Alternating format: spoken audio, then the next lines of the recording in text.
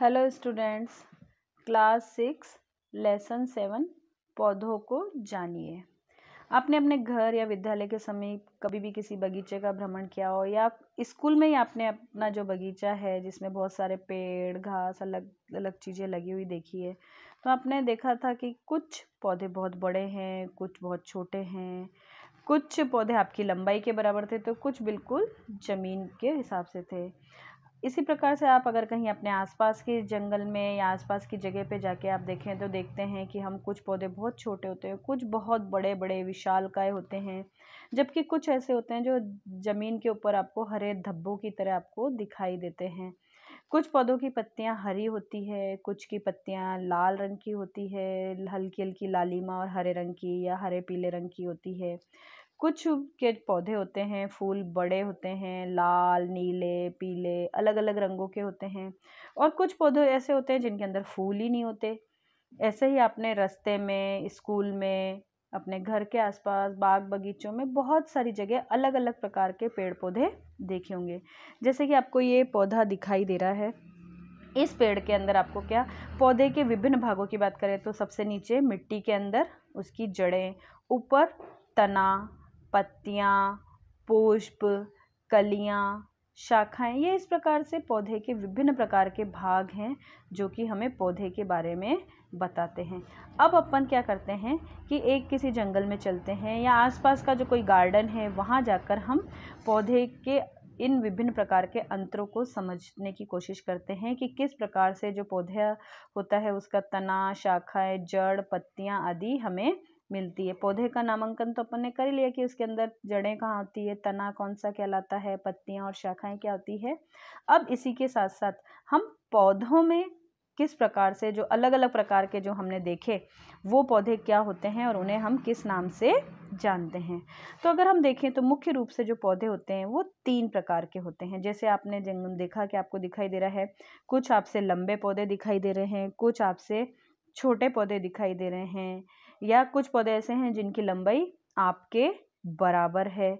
और आप इनके तने को स्पर्श करके छूकर देखिए कि क्या उनका तना कोमल है या कठोर है, या इनमें से किसी को धीरे से मोड़ने की, पेड़ जो आपको बड़ा पेड़ दिखाई दे रहा है उसको तो आप मोड़ नहीं सकते, लेकिन जो छोटे तने आपको दिखाई दे रहे हैं उनको मोड़ने का प्रयास कीजिए। ऐसा करना, लेकिन ऐसी कोशिश मत करना कि वो टूट जाएं।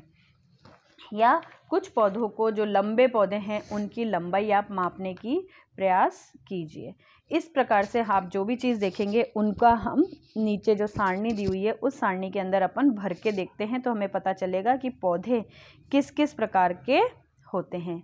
तो इस सारणी के अंदर हम जो भी पौधा आप ले रहे हैं उस पौधे का पहले नाम लिखेंगे, फिर उसकी ऊंचाई, फिर उसमें पौधे में तना कैसा है, थोड़ा कोमल, मोटा या कठोर है, उसके बारे में लिखेंगे। और फिर अगले कॉलम में हम लिखेंगे कि उसमें शाखाएं कहाँ कहाँ से निकलती है, और लास्ट कॉलम में हम लिखेंगे कि वो पौधे को हम किस वर्ग में लिख सकते हैं, शाख, झाड़ी या वृक्ष के अंदर। जैसे आपने टमाटर का पौधा लिया, आप देखते हैं कि टमाटर का पौधा कैसा होता है, छोटा पौधा होता है और हरे रंग का होता है, साथ में कोमल तना होता है। जैसे आप उसको मोड़ने की कोशिश करते हो वो आसानी से मुड़ जाता है। उसके अंदर जो शाखाएं निकलती है वो तने के आधार से, यानी बिल्कुल नीचे से ही उसकी शाखाएं निकलनी शुरू हो जाती है। ऐसे पौधे को हम क्या कहते हैं, शाख कहते हैं। शाख क्या होते हैं, कम ऊंचाई के पौधे होते हैं जो कि इनके तने का रंग हरा होता है और इनके जो पौधे होते हैं वो अत्यंत कोमल होते हैं और इन्हें आसानी से हम मोड़ सकते हैं, जैसे कि गेहूं, चावल, तुलसी, हल्दी, मिर्च, टमाटर आदि। अब हम बात करते हैं आम की। आम ये बहुत लंबा होता है। आम का पेड़ तो देखा ही है आपने कि आम का पेड़ क्या होता है, बहुत लंबा होता है। इसका तना कैसा होता है, मोटा और कठोर होता है। और इसकी शाखाएं कहाँ से निकलती है, तने के ऊपर से निकलती है, और जिसे हम किसके अंदर डालते हैं, वृक्ष के अंदर डालते हैं। यानी जो वृक्ष होते हैं वो क्या होते हैं, बहुत लंबे, कठोर तने वाले और छाल युक्त होते हैं, तथा इनके तनों से कई शाखाएं सामान्यतः ऊपरी हिस्सों से ही निकलती है, जैसे कि आम, नीम, बरगद, पीपल आदि। अब हम तीसरा पौधा लेते हैं नींबू का। नींबू का पौधा कैसा होता है, थोड़ा लंबा होता है, आपकी शाख से थोड़ा लंबा होता है, और इनका जो तना होता है वो कैसा होता है, कठोर होता है, ना तो हरा होता है और ना ही कोमल कह सकते हैं, थोड़ा कठोर होता है। और इसकी जो शाखाएं होती हैं वो तने के आधार से ही निकलती हैं, जिन्हें अपन झाड़ी के नाम से जानते हैं। जो ये झाड़ी होती हैं ये लगभग कई बार छोटी, कई बार मध्यम आकार की और काष्ठी होती हैं, और लगभग इनकी ऊंचाई लगभग 6 मीटर से कम होती है। और इनके तने का जो रंग होता है वो सामान्यतः कैसा होता है, भूरे रंग का इनके तने का रंग होता है। और इनका जो मुख्य तना होता है उससे निचले भाग से इनकी क्या निकलती है, शाखाएं निकलती है, जैसे कि मेहंदी, गुलाब, बेर, कैर, ये सब पौधे आपने अपने आसपास देखे होंगे, और इनको सामान्यतः आप आसपास में देख के इनकी तुलना भी कर सकते हैं।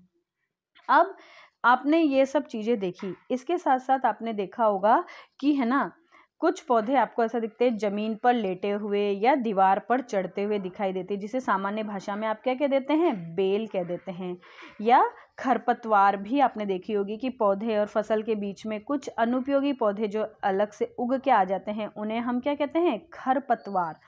कोमल तने वाले पौधे होते हैं जो कि खरपतवार कहलाते हैं। जब हम फसल इत्यादि उगाते हैं तो उनके साथ कुछ अनचाहे पौधे अपने आप ही उग जाते हैं, जिसे हम क्या कहते हैं, खरपतवार। और किसान इन पौधों को क्या करता है, उखाड़ कर फेंक देता है। जैसा कि आपको चित्र में दिखाई दे रहा है, शाक जो आपका है वो ए वाला पौधा शाक है, यानी छोटा सा पौधा आपको दिखाई दे रहा है। बी पे आपको झाड़ी है, ऐसी झाड़ियाँ होती है जैसे आपने देखे ही है गुलाब, कैर आदि की। और वृक्ष, ये आपको तीसरा सी पौधा आपको दिखाई दे रहा है, ये वृक्ष आम, नीम, पीपल, बरगद, कोई भी पौधा हो सकता है। अब इन तीनों के बारे में मैंने आपको बता ही दिया है कि कैसे होते हैं। जो कुछ पौधे होते हैं, जो शाखाएं जिनकी तने के आधार समीप से निकलती है, जिनका तना कठोर होता है परंतु अधिक मोटा नहीं होता, उन्हें हम क्या कहते हैं, झाड़ियाँ कहते हैं। कुछ पौधे जो बहुत ऊंचे होते हैं तथा इनके तने सुदृढ़ और गहरे होते हैं, शाखाएं भूमि से अधिक ऊंचाई पर तने के ऊपरी भाग से निकलती है, उन्हें हम क्या कहते हैं, वृक्ष कहते हैं।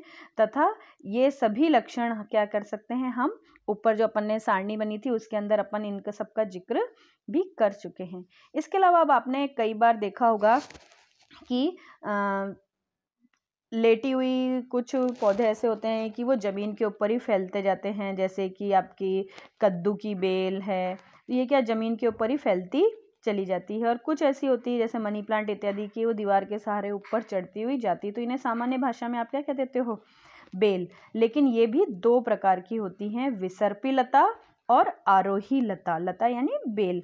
तो कमजोर तने वाले पौधे जो सीधे खड़े नहीं हो सकते हैं और जो भूमि के ऊपर ही फैल जाते हैं, उन्हें हम क्या कहते हैं, विसर्पी लता। जबकि कुछ पौधे सीधे ही सहायता से, किसी चीज की सहायता से क्या चलते हैं, दीवार पर या डंडी के ऊपर चढ़ जाते हैं, ऐसे पौधों को हम क्या कहते हैं, आरोही लता। ये शाक, झाड़ी और वृक्ष तीनों से बिल्कुल अलग होते हैं, क्योंकि इनका तना इतना कोमल होता है कि ये कठोर नहीं हो सकता। ऐसे ही आपने अपने आसपास में, विद्यालय में, घर में पौधे, इन सबको आपने देखा होगा। कुछ घरों के अंदर, आपके खेतों में ऐसे शाक, झाड़ी, वृक्ष और लताओं के पौधे देखे होंगे। आप इन सब के दो दो नाम ढूंढ के अपनी कॉपी के अंदर लिखिएगा, ठीक है। नेक्स्ट अपन अब इसके बाद नेक्स्ट वीडियो में पढ़ेंगे कि पौधे के जो विभिन्न भाग हैं उनके बारे में अपन पढ़ेंगे। Thank you.